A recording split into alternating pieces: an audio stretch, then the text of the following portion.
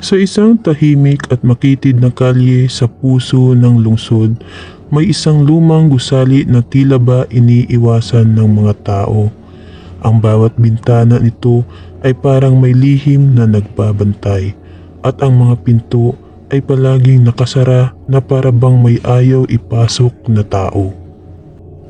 Dito lumipat si Rosemary, isang batang babae na puno ng pangarap at pag-asa.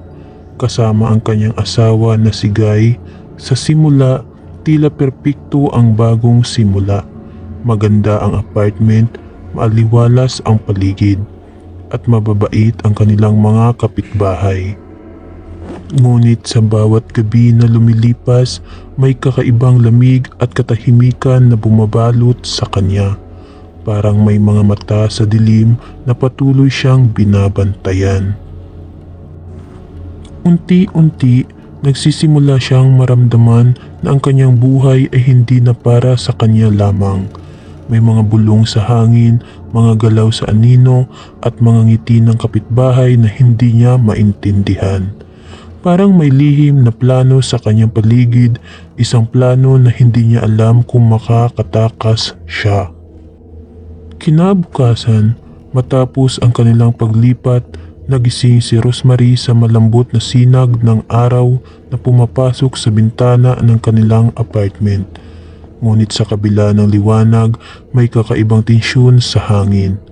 Ang bawat tunog, ang palakpak ng pinto, ang yabag ng kapitbahay sa hagdan ay tila mas malakas kaysa dati. Habang naglilibot sa apartment, napansin niya ang mga maliliit na detalye na dati hindi niya pinansin. Ang mga larawan sa pader ay nakatingin sa kanya ng matagal, at ang mga anino sa sahig ay tila gumagalaw kahit wala siyang kasama. Napatingin siya sa salamin at muntik nang sumigaw dahil parang may maliit na anino sa likod niya, ngunit paglingon niya, wala. Kinagabihan, habang natutulog, narinig niya ang mga bulong mula sa labas ng pinto ng kwarto. Munti at malabo, parang mga salita na hindi niya maunawaan. Ngunit malinaw na may tinig na naghihintay sa kanya. Nang buksan niya ang pinto, wala roon kundi ang katahimikan at ang malamig na hangin na pumapasok sa silid. Hindi alam ni Rosemary kung panaginip lang iyon o totoo, ngunit nagsimulang magduda sa mababait nilang kapitbahay. Ang mga ngiti at pagtulong na ipinakita nila kanina ay unti-unting nagiging kakaiba. Para bang may mga lihim na tinatago sa likod ng mababait nilang mukha. At sa bawat gabi, mas nararamdaman niya ang presensya ng isang bagay na hindi niya maipaliwanag. Isang bagay na nagbabantay sa bawat kilos niya at naghihintay sa tamang pagkakataon. Lumipas ang ilang araw at unti-unti nang naramdaman ni Rosemary na may kakaibang nangyayari sa kanilang apartment. Hindi lamang ang malamig na hangin at mga anino, may mga bagay na nawawala at ang ilan sa kanyang personal na gamit ay lumalabas sa ibang lugar na hindi niya iniwan. Isang gabi, habang nagluluto ng hapunan si Rosemary, narinig niya ang mga yabag sa itaas ng kanilang apartment. Sa umpisa, iniisip niya na kapitbahay lang iyon. Ngunit nang lumingon siya, nakita niya ang kanyang pinto ng kwarto na bahagyang nakabukas bagaman sigurado siyang isnara niya iyon kanina. Kinabukasan, napansin niya ang isang kakaibang pagbabago kay Guy, ang asawa niya. Ang dati niyang maaasahang ngiti ay tila napapalitan ng malamig at misteryosong titig. Kapag tinanong ni Rosemary ang tungkol sa mga nangyayari, palaging may paliwanag si Guy, ngunit ang kanyang mga sagot ay tila may tinatago. Isang hapon, nakatagpo si Rosemary ng lumang journal sa drawer ng kanilang misa. Isang journal na hindi niya nakita bago sa bawat pahina. May mga nakakaibang simbolo at bulong na hindi niya maintindihan. At sa dulo ng bawat pahina may nakasulat. Bantayan mo ang bawat kilos. Ang kanyang darating ay hindi para sa mundong ito. Simula noon, ang bawat gabi ay mas nagiging mabigat. Ang mga bulong sa hangin ay mas malinaw at may kakaibang pakiramdam na parang may nakamasid sa kanya kahit siya'y nag-iisa. Hindi niya alam kung sino o ano ang nagbabantay, ngunit ramdam niya ang panganib ay palapit na. Lumipas ang ilang linggo at unti-unting bumabalik ang mga alaala ni Rosemary tungkol sa mga kakaibang pangyayari mula nang lumipat sila sa apartment. Ang mga ngiti ng kapitbahay ay hindi na mabait sa kanyang mata. Parang may itinatagong kasamaan sa likod ng kanilang mga mukha. Isang gabi, habang naglalakad sa hallway, narinig niya ang mga bulong na tila nagmula sa mismong pader. Ang tinig ay malabo ngunit malinaw ang mensahe. Siya ay darating. Huwag mong pipigilan. Huminto si Rosemary sa takot at naramdaman ang malamig na hangin na dumampi sa kanyang balikat. Isang gabi, habang naglalakad sa hallway, narinig niya ang mga bulong na tila nagmula sa mismong pader. Ang tinig ay malabo ngunit malinaw ang mensahe. Siya ay darating. Huwag mong pipigilan. Huminto si Rosemary sa takot at naramdaman ang malamig na hangin na dumampi sa kanyang balikat. Kinabukasan, nagpasya siyang kausapin si Guy tungkol sa journal at sa mga kakaibang pangyayari. Ngunit bago siya nakapagsalita, nakita niya si Guy na nakikipag-usap sa kanilang kapitbahay na may kakaibang pagtutok sa kanilang silid. Ang kanilang mga ngiti ay tila nagtutulungan at biglang naramdaman ni Rosemary na siya ay isang piraso sa mas malaking plano. Habang gabi na, si Rosemary ay nakatulog ng mahimbing, ngunit nagising siya sa isang kakaibang tunog, mga yapak sa sahig, bulong sa hangin at parang mga mata nakamasid sa kanya sa dilim. Napagtanto niya na ang kanyang pagbubuntis ay hindi ordinaryo. Ang bawat kilos, bawat hininga niya ay sinubaybayan ng mga kapitbahay. Sa kanyang puso, alam niyang may darating na hindi niya kayang pigilan. Isang misteryo na magbubukas ng pinto sa madilim na mundo na higit pa sa kanyang imahinasyon. Habang lumalalim ang gabi, naramdaman ni Rosemary ang kakaibang bigat sa kanyang tiyan. Hindi lamang ito normal na kirot ng pagbubuntis, parang may malamig na kamay na humahawak sa loob niya. Sinusubukang kumontrol sa bawat galaw at paghinga niya. Isang gabi, nagising siya sa tunog ng mga halakhak na nagmumula sa sala. Ngunit nang tumingin siya, wala roon kundi ang dilim at anino ng kanilang apartment. Sa gitna ng dilim, may maliit na ilaw na kumikislap. Parang kandila, at sa loob nito, naramdaman ni Rosemary ang presensya ng isang bagay na hindi tao. Hindi niya alam kung panaginip o realidad iyon, ngunit ang pakiramdam ay masyadong totoo para baliwalain. Sa kanyang pag-iikot, nakita niya ang mga kapitbahay na nakatayo sa dulo ng hallway. Nakangiti, ngunit may mga mata na walang buhay. Ang kanilang mga kamay ay nakataas, tila nag-aabang sa bawat galaw ni Rosemary. Habang lumalakas ang lamig, naramdaman niya ang kanyang isip ay unti-unting napupuno ng takot at pangamba. Ang kanyang kaluluwa ay tila nakakulong sa kanilang paligid at sa bawat bulong sa hangin ay may nakatagong babala. Ang kanyang darating ay hindi para sa mundong ito. Hindi na niya maikaila, may mas malakas at mas madilim na puwersa sa paligid niya. Isang puwersa na hindi lamang nagbabantay kundi nagbabalak. At sa bawat hininga niya, alam niya ang panganib ay mas malapit na kaysa anumang kayang ipaliwanag ng rason. Lumipas ang mga araw at gabi at unti-unti nang malinaw kay Rosemary ang misteryo na bumabalot sa kanilang apartment. Ang kanyang mga kapitbahay na dati mabait at maghiliw ay may itinatagong lihim, isang lihim na nag-uugnay sa kanyang pagbubuntis sa isang puwersang hindi niya maintindihan. Isang gabi, Habang naglalakad sa hallway patungo sa sala, nakita niya ang mga kapitbahay na nakapalibot sa isang maliit na altar sa ilalim ng liwanag ng kandila.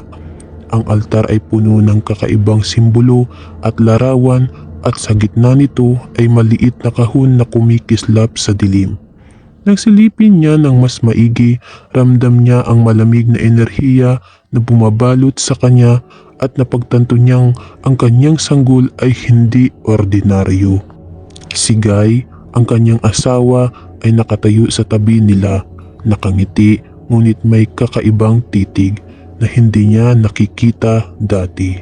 Ang mga kapitbahay ay nagsimulang magsalita sa isang bulong, tila nagbabalang ritual, at naramdaman ni Rosemary na siya'y unti-unting nawawala sa kontrol ng sariling katawan at isip. Sa gitna ng takot, alam ni Rosemary na kailangan niyang kumilos, ngunit bawat galaw niya ay sinusubaybayan, bawat hininga niya ay binibilang. Ang pwersa na nakapalibot sa kanya ay mas malakas kaysa sa anumang alam niya. At sa puso niya, ramdam niya na ang laban na ito ay hindi lamang para sa kanya, kundi para sa buhay ng sanggol na dinadala niya. Ang gabi ay mas madilim kaysa dati at ang buong apartment ay napupuno ng kakaibang lamig na pumapasok sa buto ni Rosemary. Sa kabila ng kanyang takot, pinilit niyang manindigan at harapin ang mga kapitbahay na nagtipon sa sala. Ang mga kandila ay kumikislap sa kakaibang ritmo at ang mga simbolo sa sahig ay tila kumikilos sa bawat hakbang niya. Ang bulong ng mga kapitbahay ay unti-unting nagiging malinaw, isang ritual na naglalayong dalhin ang kanyang sanggol sa mundong iba, isang sanggol na may kakaibang kapangyarihan at hindi para sa ordinaryong tao.